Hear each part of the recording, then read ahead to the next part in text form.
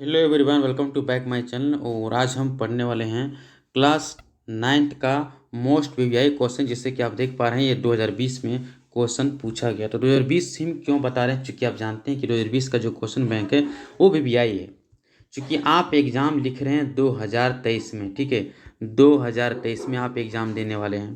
तो जब 23 में देने वाले हैं तो जो 20 अर्थात ये देखा है तो 2-3 साल बैक टाइट का है। तो इससे क्वेश्चन रिपीटेड रहता है। और कौन कौन से टॉपिक भी आए हैं जिससे 2022 में भी पूछा गया, ये भी चीज़ आपको मैं दिखाऊंगा। क्योंकि 20 के बाद अगर नेक्स्ट वीडियो लेकर के आऊँगा वो 2022 का रहेगा। और इस प्रकार से दो अगर पढ़ लिए तो कम से कम इसमें से 10 क्वेश्चन जरूर आना है ना। 5-10 क्वेश्चन इससे जरूर पूछना है तो पूछना है। इसके अलावा इसी टॉपिक से ही क्वेश्चन पूछना, ये भी चीज़ तय कर लेना है। तो चलिए देखते हैं कि आखिर जो 20 में एग्जाम हुआ था 40 क्वेश्चन, उसमें से कौन कौन आया था। ठीक है, ये समझिए आपका कॉपी किस प्रकार से वहाँ पे बोर्ड में एग्जाम होगा, ये उसी प्रकार से कॉपी कैसे मिलेगा, ये भी चीज़ आप लोग देख सकते हैं। आपका कॉपी कुछ इस प्रकार से दिखेगा। जैक बोर्ड झारखंड नवोदित है ना, अधिविद्य परिषद लिखा हुआ रहेगा। यहाँ पे सोशल साइंस लिखा हुआ रहेगा। क्लास 9 एग्जामिनेशन यहाँ पे 2023 लिखा हुआ रहेगा। ठीक है, और ये पेपर जो भी आपका रहेगा उसको एक साथ कमेंट रहेगा इसके साथ सोशल साइंस। इसके बाद देन आप देखेंगे आपको जो समय है वो 1.5 घंटा मिलेगा। निर्देश भी आपको मिलेगा कि अपना नाम, रोल नंबर, अनुक्रमांक तथा पंजीयन संख्या उम्र पर अच्छे तरीके से इसको भरें। ये भी चीज़ आपको देने के लिए कहेगा। कुल 40 प्रश्न रहेंगे, ये भी आपको बता देगा। सभी प्रश्न जो है अनिवार्य हैं, केवल एक है ना, प्रत्येक प्रश्न का 1 अंक है। मतलब इसमें नंबर नहीं कटेगा। अगर गलती बनाते तो उस गलती का कोई नंबर नहीं कटेगा। ठीक है, और साथ ही साथ सभी को आपको बनाना, चूंकि जब नंबर नहीं कटेगा तो सभी सारे सारे क्वेश्चन को बना देना है। कौन सा पेन लेके जाना है, तो नीला पेन लेके जाना है ना, या काला बॉल पॉइंट लेके जाना है। मतलब बॉल पेन को ही लेके जाना है। ऐसा नहीं कि आप ऐसा पेन लेके गए हैं तो जो कि आपको परेशानी झेलना पड़े। जो आता है ना पूरा नी बोला, वो वाला नहीं चलेगा। नेक्स्ट की परीक्षा भवन में आपको छोड़ने से पहले आपको ओमार जो होता है आपको वीक्षा को लौटा दीजिए। मतलब ओमार सीट को घर लेके नहीं आना, ये चीज़ बताने के लिए बोल रहा है। अब चलते हैं पहला क्वेश्चन। कहता है लुई 16वीं के कर बढ़ाने के क्या कारण थे। मतलब जो लुई 16वीं था उसने कर को क्यों बढ़ाया था। तो आखिर आप जानते हैं इसका जो राइट आंसर क्या होगा। तो फ्रांस में जनसंख्या बढ़ने के कारण नहीं बढ़ाया था, और सरकार पर कर्ज का बोझ के लिए भी नहीं बढ़ाया था। बार बार युद्ध की मार के कारण लुई 16वीं के कर बढ़ने का मेन कारण था। ठीक है, अब नेक्स्ट क्वेश्चन नंबर 2 की ओर बढ़ते हैं। साम्यवादी विचार के संस्थापक कौन थे। तो साम्यवादी विचारधारा के संस्थापक कौन थे दोस्तों, कार्ल मार्क्स थे। यानी समाजवादी का विचार कार्ल मार्क्स ने दिया था। नेक्स्ट क्वेश्चन नंबर 3 आपका कहता है मई 1945 में किस देश ने मित्र राष्ट्र के सामने आज समर्पण किया था। मतलब अपने आप को घुटने टेक दिया कि यहाँ आपसे हम नहीं लड़ेंगे, हम आपसे माफ़ी चाहते हैं, अब हम आपसे हार मानते हैं। तो किसने टेका था, इसका राइट आंसर जर्मनी होगा। ठीक है, और जर्मनी के शासक कौन थे, तानाशाह शासक का नाम क्या था, तो दोस्तों हिटलर था। ठीक है, और हिटलर आ भी गया। हिटलर अपने राज्य के नागरिकों को किसे सबसे महत्वपूर्ण नागरिक मानता था, तो इसका राइट आंसर हो जाएगा माँ को मानता था। क्वेश्चन नंबर 5 की ओर आगे बढ़े। कहता है ड्यूमा किस देश की संसद का नाम है, बताइए।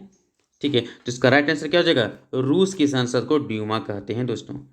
क्वेश्चन नंबर 6 की बात करें तो दक्षिण पूर्व एशिया में झुम या घुमंतू खेती को किस नाम से जानते हैं। दक्षिण पूर्व एशिया में, ठीक है, ये हो गया पूर्व, ये पश्चिम, ये उत्तर, ये दक्षिण। तो दक्षिण पूर्व ये वाला बात कर रहा है। ठीक है, दक्षिण पूर्व एशिया में आखिर झुम की खेती को किस नाम से जानते हैं, ये मोस्ट पीवीआई क्वेश्चन है।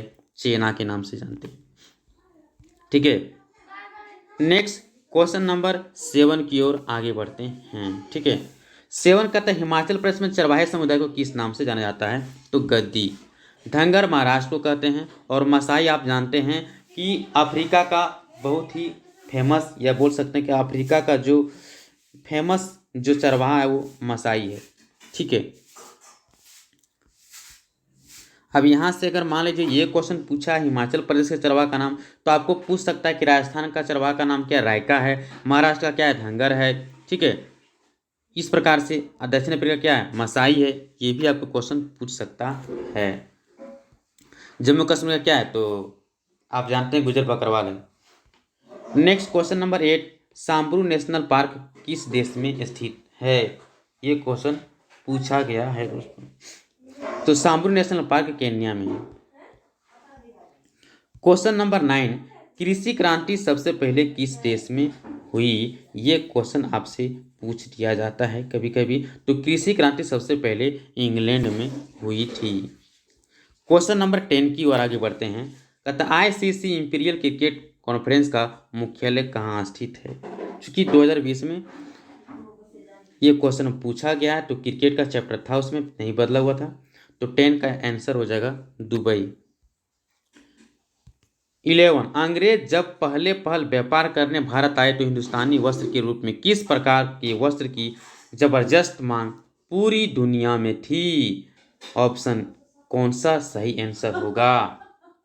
तो इसका राइट आंसर होगा सूती वस्त्र। ठीक है।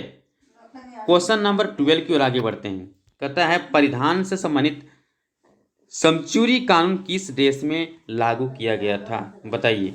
तो इसका राइट आंसर हो जाएगा फ्रांस। ठीक है। क्वेश्चन नंबर 13 की ओर आगे बढ़ते हैं। भारतीय भूखंड एशिया महाद्वीप के किस भाग में स्थित है? भारतीय भूखंड एशिया महाद्वीप के किस भाग में स्थित है? ये 13 नंबर की बात करें तो पूर्व तथा दक्षिण मध्य एशिया में है। क्वेश्चन नंबर 14 की बात करें तो 14 क्या कहता है? नेक्स्ट क्वेश्चन 14 वीवीआई क्वेश्चन है। झेलम, चेनाब, रावी, ब्यास, सतलुज निम्न में से किसके नाम हैं? सैल के नाम है, नदी के नाम है, मिर्रा के पठार। तो इसका राइट आंसर हो जाएगा नदी का नाम है। ये तो आप जानबे करते हैं। नेक्स्ट क्वेश्चन नंबर 15 की ओर आगे बढ़ते हैं। लूनी किस क्षेत्र की सबसे बड़ी नदी है? तो दोस्तों ये राजस्थान का है। ठीक है। लूनी, चूंकि लूनी किस क्षेत्र की सबसे बड़ी नदी है, ये आपसे पूछा जा रहा है। समझ गए? इसके बाद दोस्तों बात करें तो सुंदरवन डेल्टा का कौन सी नदियां बनाती है? तो सुंदरवन डेल्टा बनाती है कौन? अगर हम बात करें तो गंगा ब्रह्मपुत्र इसमें होगा, सतलुज सिंधु नहीं होगा। ठीक है। अच्छा, गंगा ब्रह्मपुत्र क्यों? क्योंकि आप अगर इसको देखिएगा तो इस बंगाल की खाड़ी इधर है, पश्चिम बंगाल यहाँ है, तो सुंदरवन डेल्टा यहाँ बनाना है, तो नदी इधर से आएगी तब ना।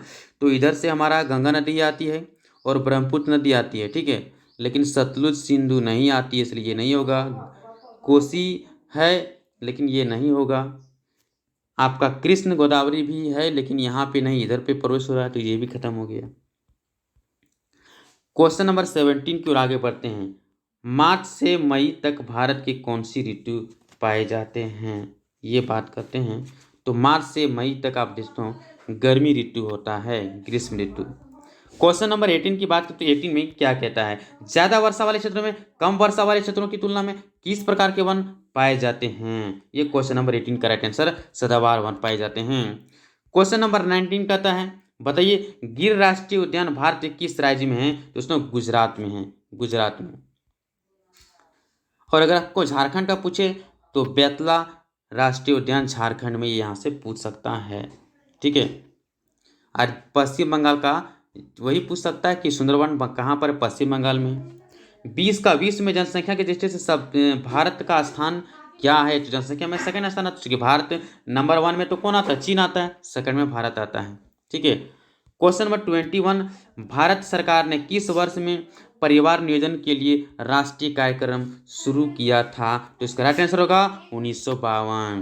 क्वेश्चन नंबर 22 की ओर आगे बढ़ते हैं। ये वीवीआई क्वेश्चन। भारत का कौन सा राज्य 3 तरफ से बांग्लादेश से घिरा हुआ है? तो इसका राइट आंसर हो जाएगा त्रिपुरा। ठीक है। इसका ट्रिक भी है, लॉजिक भी है। 3 तरफ, 3 ता से त्रिपुरा, 3 तरफ से। इसके बाद 23 की ओर आगे बढ़ते हैं। 23 कहता है संयुक्त राष्ट्र के सदस्य देशों की संख्या कितनी है? चूंकि 22 है यहाँ पर, हाँ 22 तो 23 होगा, तो 23 का क्या हो जाएगा? 192 है। इसके बाद 24 की ओर आगे बढ़ते हैं। अक्टूबर 1990 में पोलैंड में किस पद के लिए पहली बार चुनाव हुए थे? तो इसका राइट आंसर राष्ट्रपति चुनाव हुए थे। 25 कहता है लोकतंत्र जनता द्वारा जनता के लिए शासन है। यह परिभाषा किसके द्वारा दिया गया था? तो दोस्तों इसका जो परिभाषा है वो दिया गया था अब्राहम लिंकन के द्वारा। ठीक है। 1999 में पाकिस्तान में सैन्य तख्ता पलट का नेतृत्व किसने किया था? बताइए। 26 की बात करें दोस्तों तो इसका Pervez Musharraf is the right answer होगा। कहता है भारत के संविधान के निर्माता कौन थे? निर्माता की बात पूछा जा रहा है, ठीक है, तो भीमराव अंबेडकर को माना जाता है। इसके बाद 28 की ओर आगे बढ़ते हैं। 28 कहता है भारत में वयस्क मताधिकार का उम्र कितना होना चाहिए दोस्तों? 18 वर्ष होना चाहिए। इसके बाद दोस्तों 29 की बात करें, प्रत्येक नागरिक को अपना प्रतिनिधित्व चुनने और जनप्रतिनिधि के तौर पर चुने जाने का अधिकार देता है। यह अधिकार कौन देता है? तो इसका करेक्ट आंसर संविधान देता है। और कौन देगा?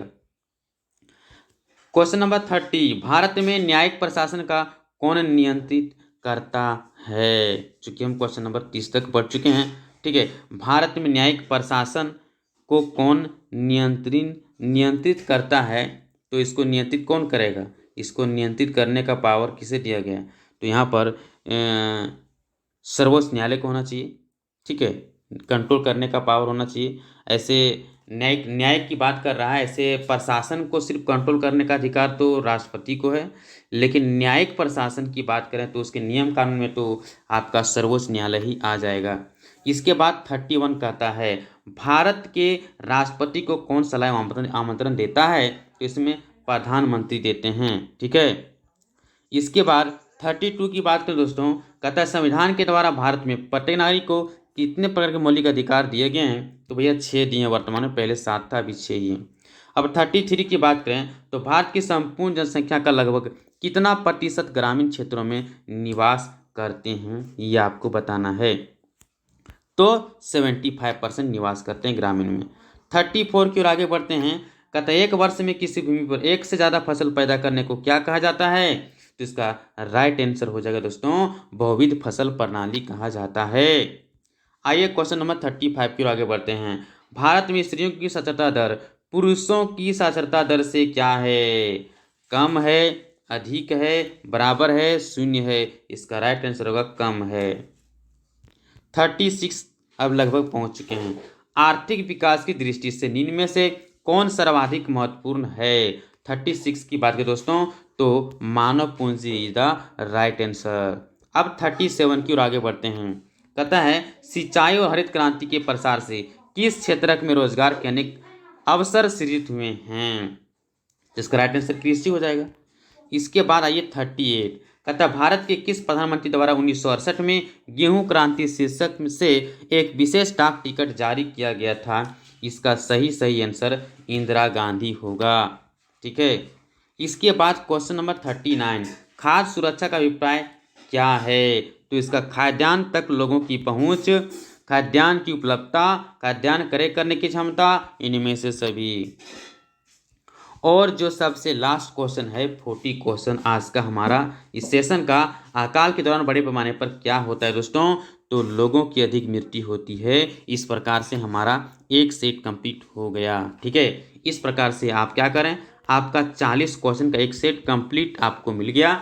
इसके बाद नेक्स्ट दूसरा सब्जेक्ट को लेकर के आएंगे, ठीक है, और 1 2 3 4 सेट आप लोग को सामने लेकर के आएंगे जिससे बाहर क्वेश्चन एकदम नहीं पूछेगा। तो अगर वीडियो अच्छा लगा तो आप इस वीडियो को अधिक से अधिक अपने दोस्तों को शेयर करें, सब्सक्राइब करें, है ना, लाइक करें और कमेंट करना बिल्कुल ना भूलें। तो मिलते हैं नेक्स्ट में, तब तक के लिए धन्यवाद।